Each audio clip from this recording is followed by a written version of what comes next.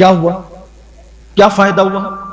سرکار خواجہ نصیرالدین چراغ دہلوی فرماتے ہیں 70 سال تک غار میں بیٹھ کر عبادت کرو گے اور ایک فجر کی نماز فرض اگر ترک کر دو گے تو وہ 70 سال کا عبادت کرنا اور یہ 2 رکعت فرض کا ترک کرنا اتنا بڑا نقصان ہے کہ 70 سال کی وہ نفل عبادت اس کا مقابلہ نہیں کر سکتی۔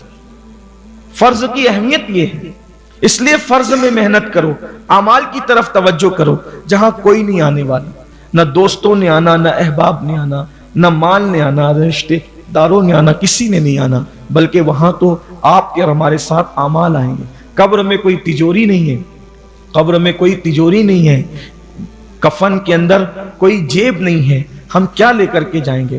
خالی ہاتھ آنے والا انسان خالی ہاتھ دنیا سے جائے گا۔ اگر اپنے ساتھ کچھ چیز لے کر جائے گا تو وہ عمل لے کر جائے گا، اور اگر عمل بھی نہیں ہے تو سوائے پچھتانے کے کچھ ساتھ نہیں آئے گا۔ آدمی پچھتائے گا اور پچھتانا بھی اس کو کام نہیں آئے گا۔